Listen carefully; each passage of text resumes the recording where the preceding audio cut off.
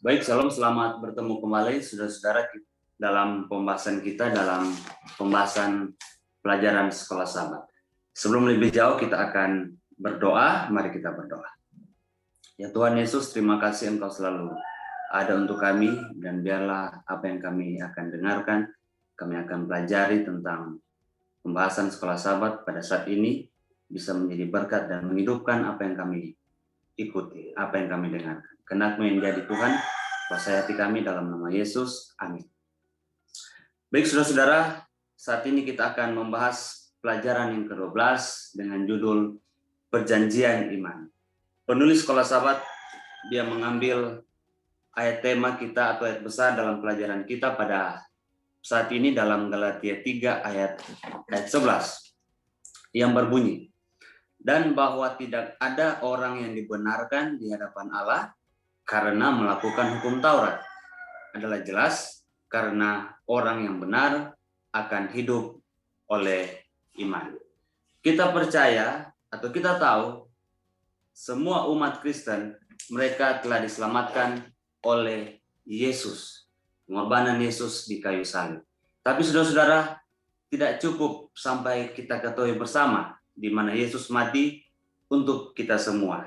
Ada makna yang mendalam juga yang harus kita ketahui, bahwa jikalau kita mengerti lebih sempurna akan rencana keselamatan Tuhan ini, itu akan membawa kita ke dalam pikiran bersama dengan Yesus di Kalvari dalam membangun kekudusan kita dan perasaan yang hidup dalam hati dan hati orang Kristen. Dan justru katanya, kalau kita lebih mendalam mengetahui akan pengorbanan Yesus, penebusan Yesus di kayu salib, kita akan dijauhkan dari kesombongan dan tidak dapat bertumbuh dan akan selalu bertumbuh dalam bersamaan bersama Yesus.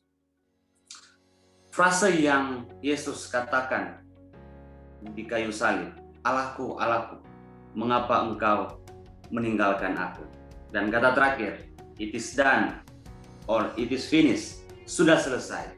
Itu mengindikasikan bahwa pengorbanan atau penebusan Yesus hanya sekali itu saja dan untuk kita semua. Kita harus mengerti lebih dalam lagi saudara-saudara tentang pengorbanan Yesus hanya untuk kita semua. Dan selanjutnya disinggung juga tentang penebusan.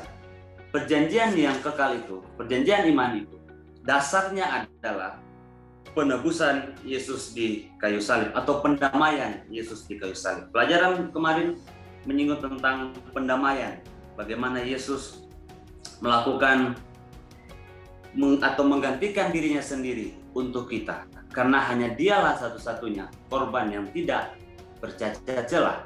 Kita ketahui bersama. Dalam 1 Petrus 1 ayat 18 dan 19.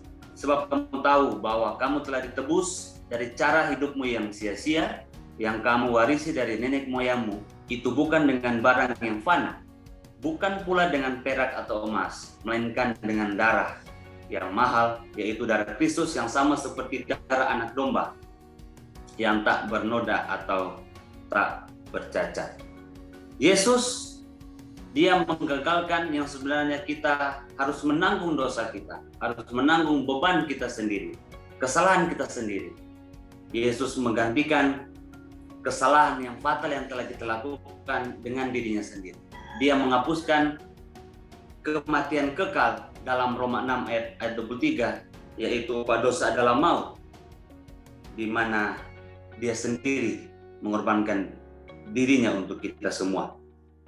Kita harus memiliki janji ini yang luar biasa. Yang berikut disinggung tentang iman Abraham, bagian pertama dan bagian kedua.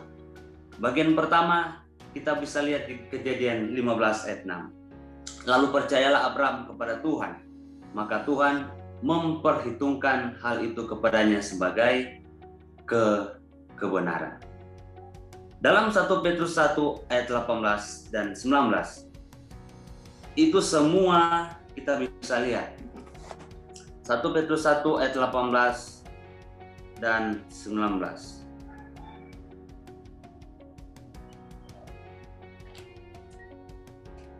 Sebagai garis besarnya adalah, saya bacakan di sini, dan dalam Roma 6 ayat 23, 1 Yohanes 5 ayat 11 dan 13, kita memiliki hidup yang kekal. Ayat-ayat ini mengindikasikan bahwa iman Abraham itu diperhitungkan Allah karena dia memang benar-benar melakukan sesuai dengan kehendak Allah. Bagian kedua, iman Abraham yang kedua, sebagai garis besarnya saudara-saudara, kita telah dibenarkan oleh kematian Yesus.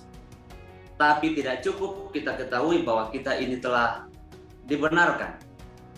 Perjanjian iman itu butuh tindakan yang memang benar-benar kita harus ketahui bersama. Dalam Kejadian 15 ayat 6 disinggung juga kata diperhitungkan.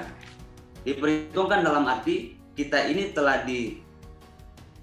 akan dilihat apa yang telah kita lakukan, dan akan dianggap sesuai dengan tindakan-tindakan yang benar yang kita telah lakukan. Dari situlah kita akan dibenarkan oleh Tuhan. Tuhan tetap melihat tindakan-tindakan Anda, saudara-saudara, benar atau tidak. Kita menurut kepada Tuhan atau tidak. Dan melalui iman, kita diperhitungkan benar di pemandangan Allah. Baik saudara-saudara, memang benar-benar iman Abraham ini sangat luar biasa untuk kita semua. Yang berikutnya, kita juga diberikan satu titik fokus pusat kita kepada janji-janji Tuhan.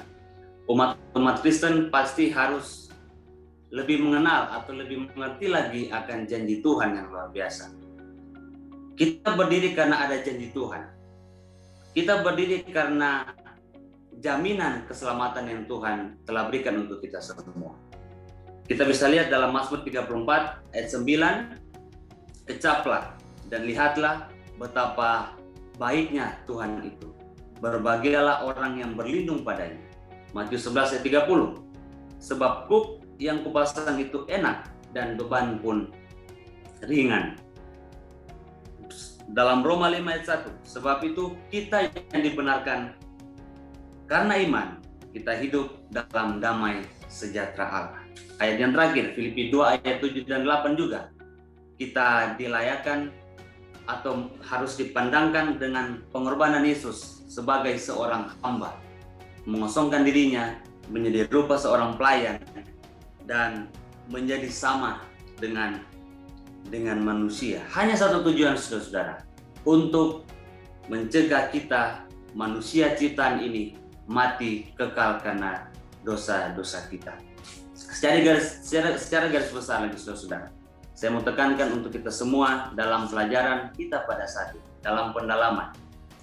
Satu-satunya jalan di mana seorang berdosa dapat mencapai kebenaran adalah melalui iman. Iman, saudara-saudara, yang kita telah terima, kita telah dibenarkan atau justification by faith, kita telah dibenarkan oleh kematian Yesus, memang itu benar. Tetapi tidak cukup sampai di situ. Iman butuh tindakan. Abraham, dia diperhitungkan benar karena dia tetap setia kepada Tuhan. Kita tidak butuh dibenarkan juga ketika kita masuk gereja. Kita juga tidak butuh dibenarkan ketika kita melakukan tindakan baik untuk menolong orang. Tetapi yang paling penting, saudara-saudara, tindakan iman, kebaikan yang Anda berikan, itu fokusnya Anda kepada Tuhan saja, bukan untuk dilihat orang. Sebagai ajakan untuk kita semua, saudara-saudara, dalam pelajaran ini, perjanjian iman, mari kita lihat bahwa kita harus lebih mengerti sempurna kematian Yesus di kayu salib, dan kita harus melihat tokoh-tokoh dalam Alkitab disinggung dalam tokoh iman Abraham yang luar biasa. Dan ketika kita ketahui bahwa perjanjian iman ini hanya untuk kita manusia, dan mengeratkan hubungan kita lagi dengan Tuhan, karena perjanjian butuh tindakan, yaitu dasarnya melalui iman. Tuhan Yesus memberkati, dan biarlah ini terus menjadi berkat dalam pembahasan pelajaran sekolah sahabat kita pada saat ini. Amin.